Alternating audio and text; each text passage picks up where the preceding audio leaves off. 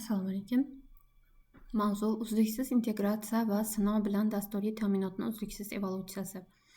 Dasturiy ta'minotning uzluksiz integratsiya va sinov bilan transformatsiyasi. Ushbu taqdimotda dasturiy ta'minot testlash fanining asosiy tamoyillarini o'z ichiga oladi. Bunda dasturiy ta'minotning uzluksiz evolyutsiyasida uzluksiz integratsiya, uzluksiz yetkazib berish jarayonlarini hal qiluvchi roli ko'rib chiqiladi. Zamonaviy dasturiy mahsulotlar yaratish tezligi va sifat bevosita ushbu amaliyotlarga bog'liq hisoblanadi. An'anaviy dasturiy ta'minot. Monolitik tizimlar davri. Yagona katta blok. Dastlabki yirik dasturiy tizimlar bitta katta yaxlit blok sifatida yaratilgan monolitik arxitektura. Barcha funksiyalar, ma'lumotlar bazasi va foydalanuvchi interfeysi yagona kod bazasida joylashgan edi. O'zgarishlar qiyinligi. Bu tizimning bir qismiga kiritilgan har qanday o'zgarish butun tizimni qayta joylashtirishni talab qilar edi. Bu esa o'z navbatida ishlab chiqarish vaqti va xarajatini sezilarli darajada oshirar edi. Kichik o'zgartirish ham uzoq jarayonni talab qilar edi. Uzoq sinov sikllari. Monolitik tizimlarda sinovlar uzoq va murakkab edi. Kichik o'zgarishlar ham tizimning boshqa qismlariga ta'sir qilish xavfi yuqori bo'lganligi sababli keng qamrovli regressiya testlarini talab qilardi. Yuqori xato xavfi. Katta kod bazasida xatolarni topish va tuzatish mushkul edi. Kichik xato ham tizimni butunlay ishdan chiqarishi yoki uzoq muddat nosozliklarga olib kelishi mumkin edi. Bu esa barqarorlikni pasaytiradi. Demak, monolit tizimlar davrini ko'rib chiqdik. Demak, mana shunday yomon tomonlari bor ekan. Endi monolitning og'irligi. Monolit arxitektura dasturiy ta'minotni rivojlantirishning sekin, xavfli va kam samarali usuli edi. Zamonaviy bozor talablariga javob berish uchun yangi, yanada moslashuvchan yondashuvlar zarur edi. Mikroxizmatlar arxitekturasi, moslashuvchanlik va tezkorlik. Bu qanday? Monolitik tizimlardan voz kechish zamonaviy dasturiy ta'minot evolyutsiyasining asosiy qadamlaridan biri hisoblanadi. Mikroxizmatlar arxitekturasi, ya'ni microservice architecture katta tizimlarni mustaqil, kichik, o'zini o'zi boshqaruvchi xizmatlarga ajratishni taklif etadi. Mustaqil rivojlanish. Har bir xizmat alohida jamoa tomonidan turli texnologiyalar yordamida ishlab chiqilishi mumkin. Bu turli funksiyalar uchun eng mos texnologiyalarni tanlash imkonini beradi. Tezkor sinov va joylashtirish. Xizmatlar mustaqil bo'lgani uchun ularni alohida sinovdan o'tkazish va joylashtirish mumkin. Bu yangi funksiyalarni mijozlarga yetkazish vaqtini time to market sekin qisqartiradi. Yuqori barqarorlik. Agar bitta xizmat ishdan chiqsa, butun tizim emas, balki faqatgina o'sha xizmatga tegishli funksiyalar to'xtaydi. Bu umumiy tizimni chidamliligini va ishonchliligini oshiradi albatta. Masshtablash imkoniyati. Yuklama ortganda, ya'ni zapros ko'p bo'lgan paytda faqat zarur bo'lgan xizmatni masshtablash mumkin. Bu esa resurslardan samarali foydalanishni ta'minlaydi. Netflix va Amazon kabi gigantlar aynan shu yondashuv orqali global miqyosda o'sishga erishdi. Uzluksiz integratsiya va uzluksiz yetkazib berish. Bular nima? CI va CD amaliyotlari dasturiy ta'minotni doimiy ravishda rivojlantirish va joylashtirishni avtomatlashtirishga qaratilgan bo'lib, ular mikroxizmatlar arxitekturasining samarali ishlashi uchun asosiy shartlar hisoblanadi. Uzluksiz integratsiya bu ishlab chiqaruvchilarning kod o'zgarishlarini kuniga bir necha marta umumiy omborga qo'shish amaliyoti hisoblanadi. Har bir qo'shilish avtomatik tarzda kompilyatsiya qilinadi va birlik testlardan o'tkaziladi. Uzluksiz yetkazib berish CD. Bu uzluksiz integratsiyadan muvaffaqiyatli o'tgan kodni avtomatik ravishda sinov muhitiga yoki hatto ishlab chiqarish muhitiga joylashtirish jarayoni hisoblanadi. Bu jarayon inson aralashuvisiz amalga oshiriladi. Erta xatoliklarni aniqlash. Avtomatlashtirilgan testlar tufayli xatolar kod yozilishi bilan erta bosqichda aniqlanadi va tuzatiladi. Bu tuzatish xarajatlarini keskin kamaytirib yuboradi.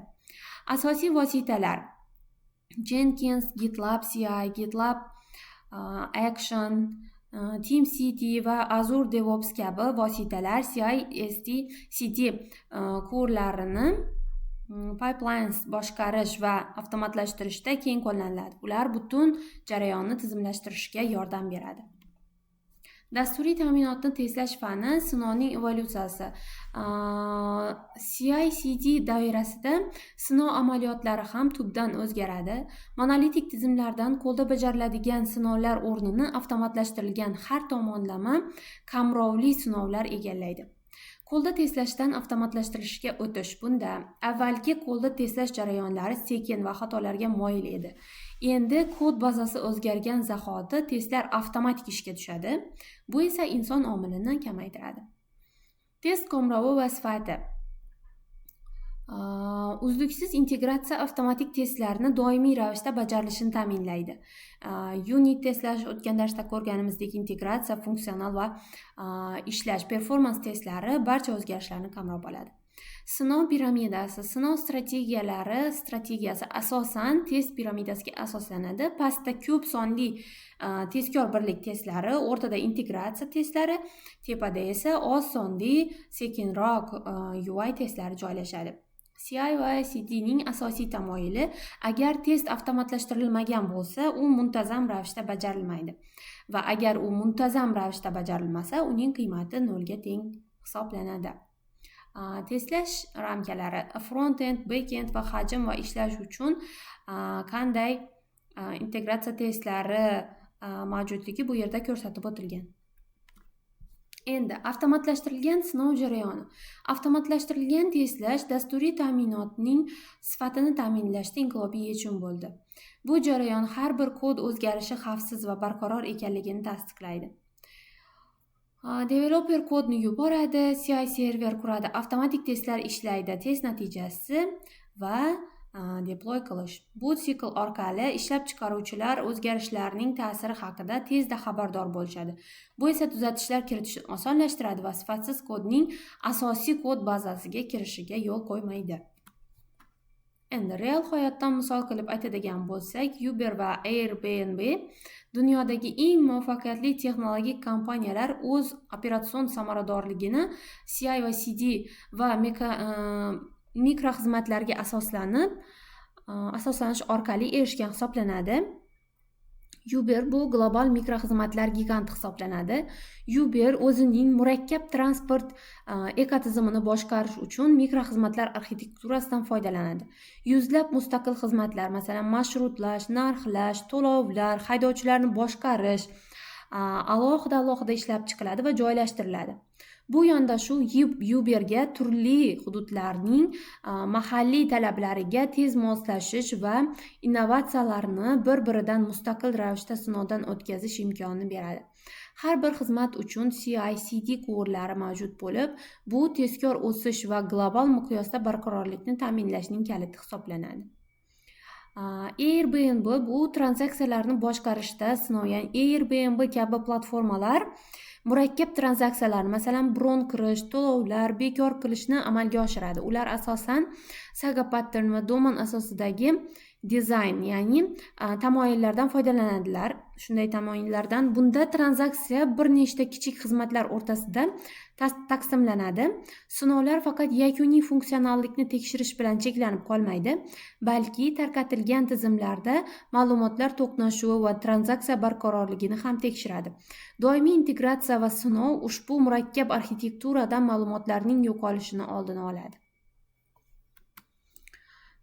Sun'iy intellekt va AI Ops yordamida test va integratsiya. Dasturiy ta'minot evolyutsiyasi to'xtamaydi. Kelajakda CI/CD jarayonlar yanada aqlli va avtomatlashtirilgan bo'ladi. AI bilan xatolarni oldinda aniqlash, ya'ni sun'iy intellekt AI tizimlar loglari va test natijalarini tahlil qilib, potensial xatolarni ishlab chiquvchilar ularni sezmasdan oldin aniqlaydi. AI shuningdek eng muhim testlarni ajratib, test jarayonini optimallashtirishi ham mumkin. AI Ops ya'ni aqlli operatsiyalar. Artificial Intelligence for IT Operations. Ishlab chiqarish muhitida real vaqt rejimida monitoring, avtomatik tuzatish va prognozli ogohlantirishlarni ta'minlaydi. Bu testlash va monitoring o'rtasidagi farqni kamaytiradi. Konteynerizatsiya va Kubernetes. Docker konteynerlari va Kubernetes orkestratsiyasi dasturiy ta'minotni joylashtirishni yanada izchil va samarali qiladi. Bu sinov muhitlari va ishlab chiqarish muhiti o'rtasidagi tafovutni bartaraf etishga yordam beradi. Demak, shu ikkalasi yordamida sinov muhitlari va ishlab chiqarish muhiti o'rtasidagi tafovutni bartaraf qilishimiz mumkin. Xulosa qilib aytganda, uzluksiz integratsiya va sinov dasturiy ta'minot evolyutsiyasining yuragi hisoblanadi.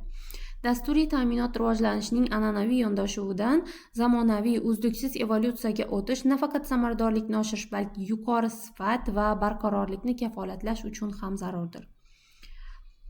Monolitikdan mikroxizmatlarga o'tish va CI/CD ni qabul qilish orqali kompaniyalar bozor talablariga tez javob berish va raqobat ustunligini saqlab qolish imkoniyatiga ega bo'ladilar. Testning markaziy roli har bir bosqichda sinov va integratsiya jarayonlari muhim ahamiyatga ega hisoblanadi. Avtomatlashtirilgan testlar eng erta bosqichda xatolarni aniqlash orqali uzoq muddatda katta xarajatlarni tejaydi. Kelajakdagi sifat kaliti AIOps va Kubernetes kabi texnologiyalar dasturiy ta'minotni yanada mustahkam va aqlli qiladi. Bu tendensiyalarni o'zlashtirish, sifatni doimiy yuqori darajada ushlab turishni ta'minlaydi. Sizning loyihangiz uchun xulosa bu sizning loyihangiz ham raqobatbardosh bo'lishi uchun bu evolyutsiyaga tayyor turish lozim. CI/CD amaliyotlarini joriy etish orqali sizning mahsulotingiz uzluksiz, tezkor va yuqori sifatli tarzda rivojlanishini ta'minlashingiz mumkin.